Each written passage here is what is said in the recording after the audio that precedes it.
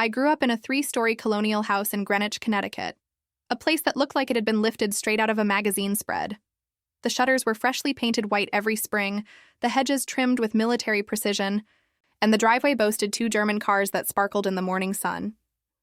To the outside world, we were the kind of family people envied: old money, impeccable taste, and an address that carried its own silent prestige. Inside those walls, though, life was more about image than intimacy. The dining room table was where my parents measured our worth not by what we achieved for ourselves, but by how well we reflected the Mitchell name. My father, Richard Mitchell, was a man of order and legacy. He had inherited the family investment firm from his father and had grown it into one of the most influential private equity groups in the state.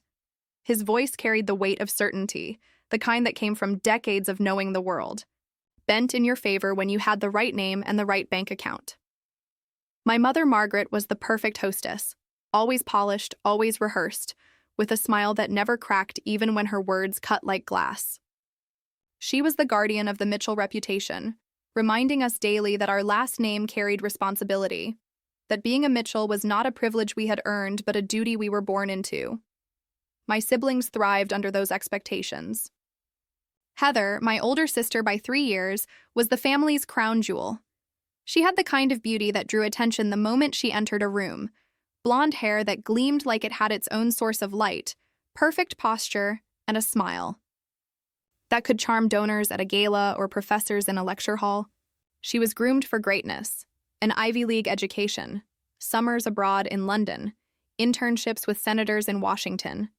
She was their proof that the Mitchell legacy would live on in the circles that mattered. Then there was James, my younger brother. He was the baby, the one who could never do wrong even when he did. Reckless and impulsive, he had crashed 2 cars before he was 20, yet each time my father brushed it off as youthful mistakes. He was spoiled in ways I never was. Private tutors when he fell behind, vacations to Europe when he needed a break, and an endless stream of second chances. And then there was me, the middle child, the one who fell into the quiet gap between golden child and spoiled baby. From the beginning, I felt out of place in a home where appearances were everything. I was not drawn to politics, finance, or the kind of high society games that thrilled my parents. What lit me up was food. Flavors, textures, the rhythm of chopping vegetables, the creativity of turning simple ingredients into something extraordinary. While Heather was practicing her debate speeches, I was sneaking into the kitchen to watch our housekeeper, Maria, prepare Sunday suppers. She let me roll dough and taste sauces, and with every spoonful, I felt closer to something real, something that couldn't be measured by prestige or pedigree. When I announced at 17 that I wanted to become a chef, my father nearly spit out his wine. He set his glass down with deliberate force, his jaw tightening the way it always did before he delivered a verdict. "A chef?" he repeated, as though the word itself was dirty. "You'll embarrass this family with talk like that. We didn't raise you to waste your life in a kitchen." My mother chimed in, her voice laced with disdain. "Cooking is a hobby, darling, not a career. Leave that to people who don't have options." But I didn't back down. For the first time in my life, I felt certain of something. I wanted to cook. I wanted to create. I wanted to live a life that wasn't defined by cocktail parties and board meetings. The tension in the room was unbearable. Heather smirked into her glass, delighted to see me stumble, while James shrugged like my fate was irrelevant. My father finally pushed my college fund paperwork across the table, his voice low but firm. "If you're walking out on this family, you're doing it without our money. Do what you want, but don't expect a dime from me." That night, I packed a suitcase. I didn't cry, though part of me wanted to. Instead, I folded my clothes neatly, tucked away the second-hand knife set Maria had given me, and zipped my life into a battered suitcase. I left behind the manicured lawns, the imported cars, and the trust fund I had once thought was my safety net. All I carried was my suitcase, my knives, and the $200 sitting in my checking account. I remember standing in the doorway of my room, looking back one last time at the 4-poster bed, the framed photographs of vacations in Europe. The walls painted a delicate shade of cream that my mother insisted reflected refinement. It all looked staged now, like a set in a play where I had never truly belonged. I turned off the light, closed the door, and walked down the hall, I out. Reached the front door, Maria appeared in the kitchen doorway. She didn't say much, just pressed a paper bag into my hand. Inside were a few sandwiches and a note that read, "Follow your hunger, it will not betray you." Her eyes glistened as she hugged me tightly, whispering, "You'll make something beautiful." I know it. Her faith in me mattered more than all the years of my parents' disapproval. I walked out into the night, the air thick with the scent of cut grass and the distant hum of traffic. The house behind me glowed like a monument, its windows lit, its walls impenetrable. I felt both terrified and exhilarated. For the first time, my life was mine. The days that followed were messy. I rented a small room in Boston from a retired teacher named Mrs. Callahan who barely noticed me coming and going. The wallpaper peeled, the pipes groaned, and the mattress sagged in the middle. But it was mine. The silence of that little room was different from the silence of my parents' house. It wasn't cold or judgmental. It was filled with possibility, with my knives and my meager savings. I walked into every restaurant I could find, asking for work. Most laughed, some turned me away at the door, and a few offered me dishwashing shifts. I took them all. The hours were long, the pay barely enough to cover rent, but every time I stood near a stove or chopped onions in a prep line, I felt alive. I'd go home at night with burns on my arms and blisters on my hands, but also with a growing certainty that I had chosen the right path. It was hard, unimaginably hard, but it was mine. I wasn't the daughter of Richard and Margaret Mitchell in those kitchens. I wasn't Heather's shadow or James's overlooked sibling. I was just Dara, the girl who loved food, who loved the heat, who loved the way flavors could tell stories no pedigree ever could. Looking back now, I see that night I left as the first true act of my life. It wasn't just about rejecting my family's path. It was about choosing myself. I walked away from a house filled with status and comfort, but I walked towards something far more precious: authenticity. And though I didn't know it then, that single decision, the decision to follow my hunger, would shape everything that came after. When I first arrived in Boston, I thought the hardest part would be convincing people I belonged in a kitchen. I quickly learned that the real battle wasn't proving myself to anyone else. It was surviving long enough to get the chance. Rent devoured what little savings I had, and the shifts I could scrape together barely kept the lights on. I rented a drafty room from a retired school teacher named Mrs. Callahan, who let me pay late more often than not. The wallpaper was peeling, and the radiator rattled like bones in the night, but it was mine. My first kitchen job was at a mid-tier Italian place in Back Bay. They hired me as a prep cook, which was a kind way of saying I spent 12 hours a day chopping vegetables until my hands blistered and reeked of garlic. I peeled onions until my eyes burned, diced carrots until my fingers cramped, and hauled crates of tomatoes up and down narrow basement stairs. For $9 an hour, I traded my body to the grind of the kitchen. Most nights, I came home with aching legs, shoes soaked in grease, and a hunger so sharp I could barely stand. But here's the strange truth. Even in the exhaustion, I felt alive. The kitchen hummed with urgency, a place where nothing mattered except the food and the timing. There was no space for status or last names, only for the person who showed up, kept their head down, and worked harder than everyone else. For the first time, I wasn't Richard and Margaret Mitchell's middle daughter. I was just Dara, the girl with a knife and a stubborn streak. It wasn't glamorous, though. Not even close. The head chef barked at me for chopping unevenly. Line cooks laughed when I dropped trays of silverware. One night, I overcooked a batch of pasta, and the sous chef dumped it in the trash without even looking at me. "Do it again," he said, and walked away. Every mistake felt like a spotlight exposing my inexperience, but instead of running, I stayed. After a few months, I started staging, working for free, at better restaurants whenever I could.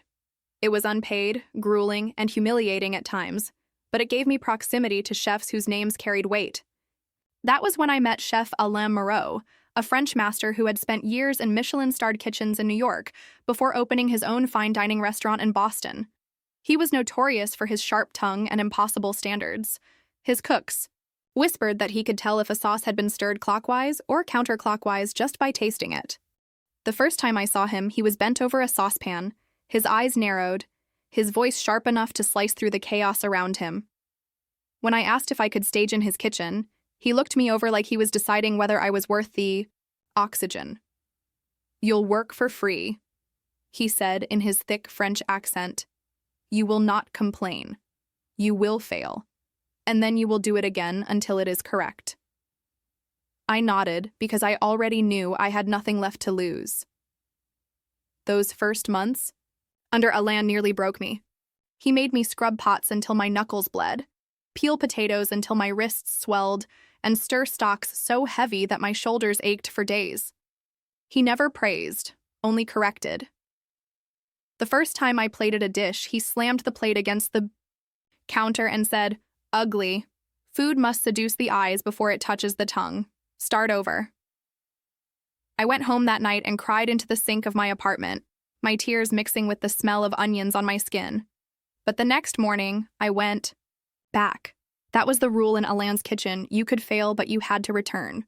Slowly, something shifted. My knife work grew sharper, my sauces more balanced. I learned to taste with intention, to understand not just flavors, but harmony. Alain would never admit it, but I began to see the flicker of approval in his eyes. When he passed by my station without correction, years blurred together in a haze of 14-hour shifts and aching feet. I lived off scraps, leftover bread, spoonfuls of soup, the occasional glass of cheap wine when the night finally ended. My paychecks were small, but the education I was getting was priceless. Alain taught me discipline, precision, and resilience. More importantly, he taught me that being a chef was not about ego or fame. It was about respect, for the ingredients, for the craft, and for the people who trusted you with their meals. By the time I turned 28, I had worked my way up to line cook at Alain's restaurant. 2 years later, I was offered a chef position at a high-end spot in Chicago. Leaving Boston was bittersweet. I had built something like a family in Alain's kitchen, but Chicago felt like the next frontier. It was bigger, bolder, hungrier. I packed my knives and boarded the train, my heart pounding with both fear and hope. Chicago tested me in new ways. The restaurant where I landed was sleek, modern, and relentless. The executive chef, Marcus Reed, was younger than Alain, but just as demanding. He valued speed and creativity, pushing us to innovate while never compromising execution. Under Marcus, I learned how to lead a team, how to run a line during dinner service without letting chaos spill into disaster. I learned to manage egos, calm tempers, and still plate food that dazzled the critics. But Chicago wasn't just a kitchen, it was a battlefield. Competition was fierce, and restaurants opened and closed like shifting tides. Rent on Michigan Avenue was brutal, and investors only cared about the bottom line. Still, something inside me stirred. For the first time, I didn't just want to cook in someone else's restaurant, I wanted to build something of my own. When I turned 35, opportunity knocked most unexpectedly. A fine dining restaurant, just off Michigan Avenue, once beloved but now struggling, was on the verge of shutting down. The owner wanted out. Investors were circling, but none had committed. Marcus pulled me aside one night after service and said, "You should buy it." I laughed in his face. With what money? But the thought lodged itself in my mind and refused to leave. For years, I had lived frugally, saving every spare dollar. I checked my accounts and realized I had managed to put away nearly $240,000. It wasn't enough, but it was something. I went to the bank, presented my business plan, and signed for a loan of another $400,000. The numbers made me dizzy, but so did the possibility. When the deal closed, I walked into the building that would become my life's work. The walls were tired, the tables scratched, and the kitchen outdated, but I saw what no one else did: potential. I poured my savings into renovations, painted walls, bought new equipment, and assembled a team who believed in me even when the hours were long and the paychecks thin. I named it Maison Dara. It was more than a restaurant, it was a reclamation. For years, my family had mocked my love of cooking, dismissing it as unworthy of a Mitchell. Now here I was, planting my name on a place that demanded respect not for pedigree, but for passion. The night we opened, I stood in the kitchen in my white chef's coat, my heart pounding so hard I could feel it in my fingertips. The dining room was filled with chatter and clinking glasses. Plates left the pass, one after another, dishes I had spent years perfecting. When the first review came out, a glowing piece in the Chicago Tribune, I locked myself in the walk-in, freezer and sobbed, the cold air mixing with the heat of relief. I wasn't just surviving anymore. I was building. And though I knew the road ahead would not be easy, I also knew this. I had walked away from my family's house with a suitcase and a dream, and now I owned a house of my own. One filled not with silver spoons and staged smiles, but with flavor, sweat, and fire. By the time 5 years had passed, Maison Dara was no longer the fragile dream I had once risked everything to build. It was alive. The dining room glowed each night with warm candlelight, the chatter of guests mingling with the clink of wine glasses, and the steady rhythm of dishes leaving the kitchen like a symphony I had composed. The waiting list stretched 3 months, and people whispered that getting a table at my restaurant was more difficult than securing box seats at Wrigley Field.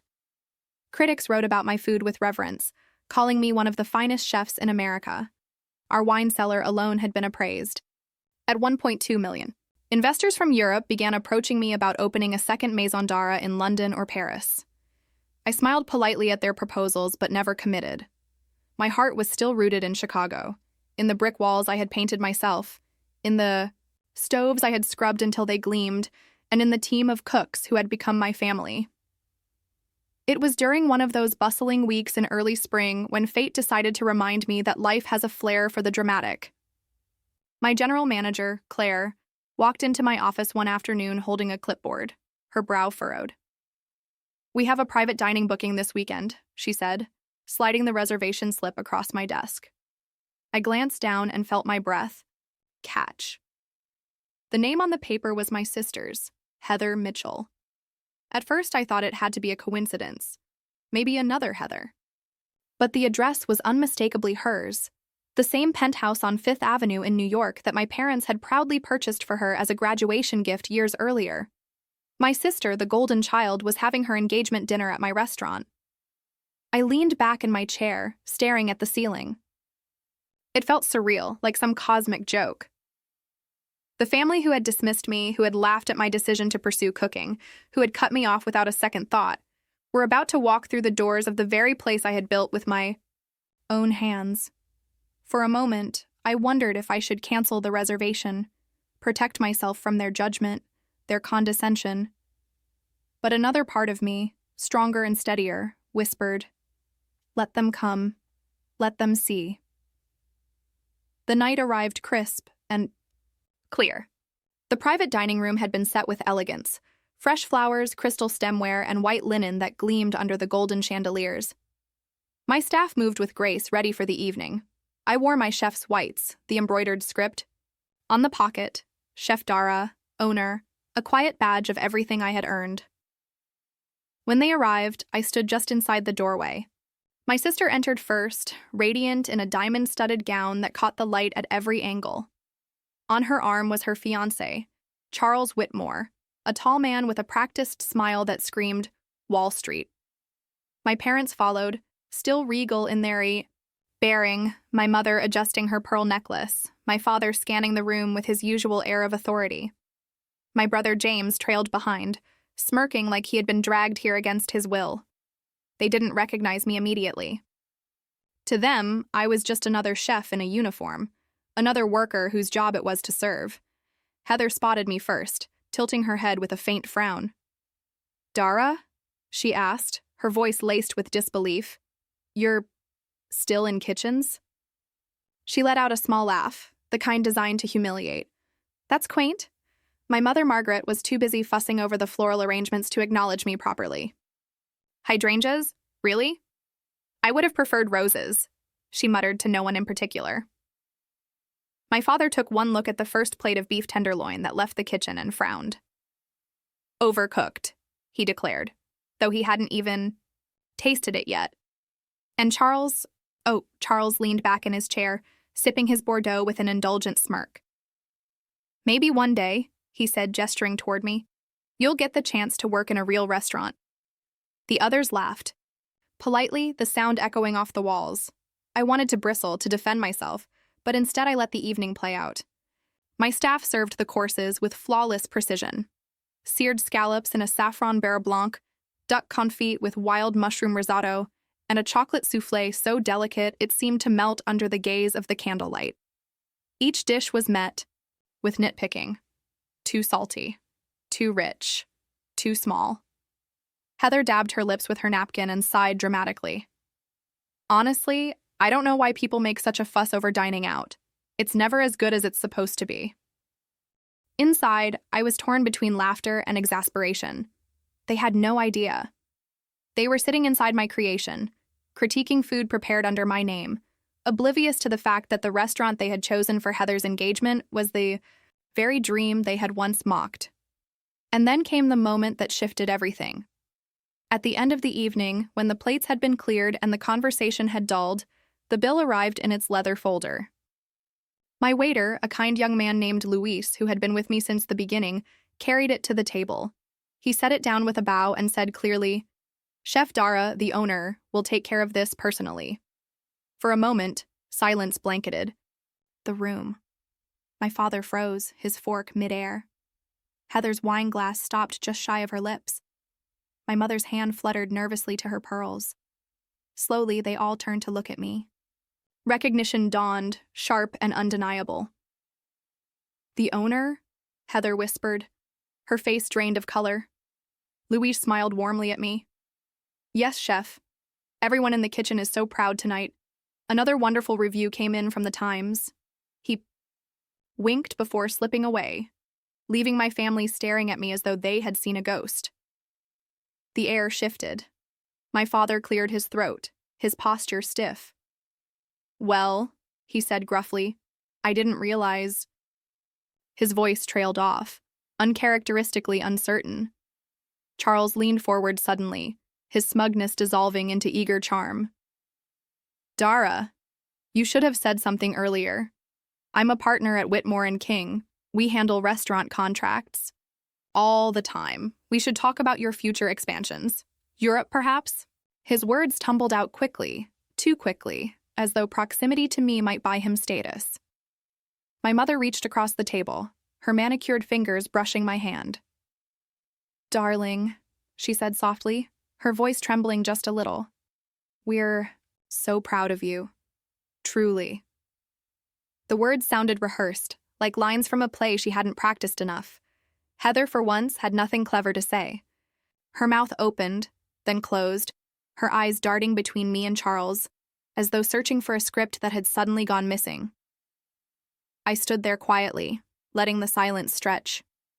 For years, I had imagined moments like this, rehearsed, speeches in my head where I would finally tell them off, remind them of every cruel word, every dismissal, every time they chose pedigree over passion. But standing there, I realized I didn't need to.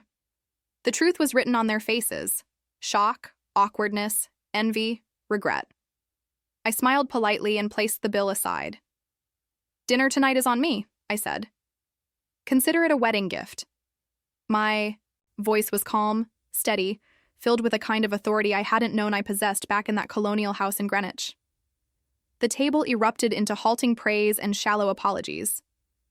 My father muttered something about underestimating me. My mother tried to smooth over years of neglect with a few strained words. Charles leaned in with networking promises, while Heather sipped her wine in silence, her pride wounded but her envy simmering beneath the surface. But none of it mattered. For the first time in my life, I felt no hunger for their approval. The knot that had lived in my stomach since childhood, the need to prove myself worthy of the Mitchell name, loosened and dissolved. I didn't need their validation. I had built something real, something enduring, something that belonged only to me. As I left the dining room, I glanced back one last time. They sat around the table, still processing what they had learned, their laughter now brittle, their conversation forced. I turned away and walked back into the kitchen, the place where I truly belonged, the place where fire and flavor had shaped me into who I was. When the engagement dinner ended, My family left the restaurant in their chauffeured cars, their faces still unsettled, their words lingering in the air like smoke. My mother's halting apologies, my father's stiff acknowledgement that he had underestimated me, Heather's forced smile, they all swirled together into a blur I couldn't bring myself to untangle. For years, I had craved their approval, ached for it, bent myself into shapes that might earn a drop of their validation. But as the taillights disappeared into the Chicago night, I realized I felt lighter without it. The knot that had lived in my stomach for decades had finally loosened. The private dining room was silent now. Empty glasses still scattered across the table, napkins folded neatly by the staff. I walked back into the kitchen where the energy was still buzzing. My team, Luis, Claire, and the line cooks who had sweated through every second of the evening, looked at me with quiet pride. They didn't ask what it felt like to host my family or what the awkwardness had meant. They didn't need to. They knew. They had seen the way my family's words bounced against me and slid away, no longer piercing the way they once would. Have. Good service tonight, I said, my voice steady. And I meant it. The kitchen had run like a symphony, and no amount of nitpicking from my family could erase that truth. After everyone clocked out and the last dish was washed, I stayed. Behind, the restaurant settling into its familiar midnight hum, the refrigerators clicked softly, the overhead lights buzzed faintly, and the faint smell of roasted garlic still lingered in the air. I sat at one of the polished tables in the corner, a glass of red wine in hand, and allowed myself to think about what came next. Because the truth was, my life was no longer about proving anything to the Mitchells. It hadn't been for years, even if I hadn't fully admitted it until that night. My life was about building something of my own, something lasting, something that might, just maybe, change the paths of others like me, the ones who had been told they weren't enough. On my desk at home sat a thick stack of papers, the manuscript for my first cookbook. A publisher in New York had offered me $85,000 for the deal, and I had spent every spare moment over the last year pouring my recipes and stories onto the page. It wasn't just a book about food, it was about resilience, about how flavors could tell the story of survival, and how a recipe could be both sustenance and a declaration of identity. The title was still undecided, but I knew what it represented. My voice on paper, unapologetic. Beyond the cookbook, I was sketching expansion plans. Investors had been whispering for months, dangling offers of millions if I would bring Maison Dara to Los Angeles, London, or Paris. Los Angeles called to me the loudest. The city had an energy that felt alive, hungry for innovation, and I knew my food could thrive there. But if I did it, it would be on my terms. No silent partners pulling the strings, no compromises to the vision that had carried me this far, and then there was the mentorship program. This idea, more than the others, filled me with a kind of fire I hadn't felt since the first time I picked up a knife. I had met too many young women on the line who reminded me of myself, overlooked, underestimated, told to stay in the shadows while others took the spotlight. I wanted to change that. I wanted to build a program that would train them, mentor them, and give them the opportunities that kitchens so often denied. If I could raise the funds, I dreamed of creating scholarships, apprenticeships, and a safe space where women could learn the craft without enduring the dismissive sneers I had once faced. As I sat there sipping my wine, I thought about my family again, not with anger, but with clarity. My father would probably never stop measuring me against his world standards. My mother would continue to smooth over discomfort with polite words and pearls. Heather would always see me as a rival, even when I had no interest in competing with her. James would remain oblivious, drifting through life on the cushion of second chances. And that was fine.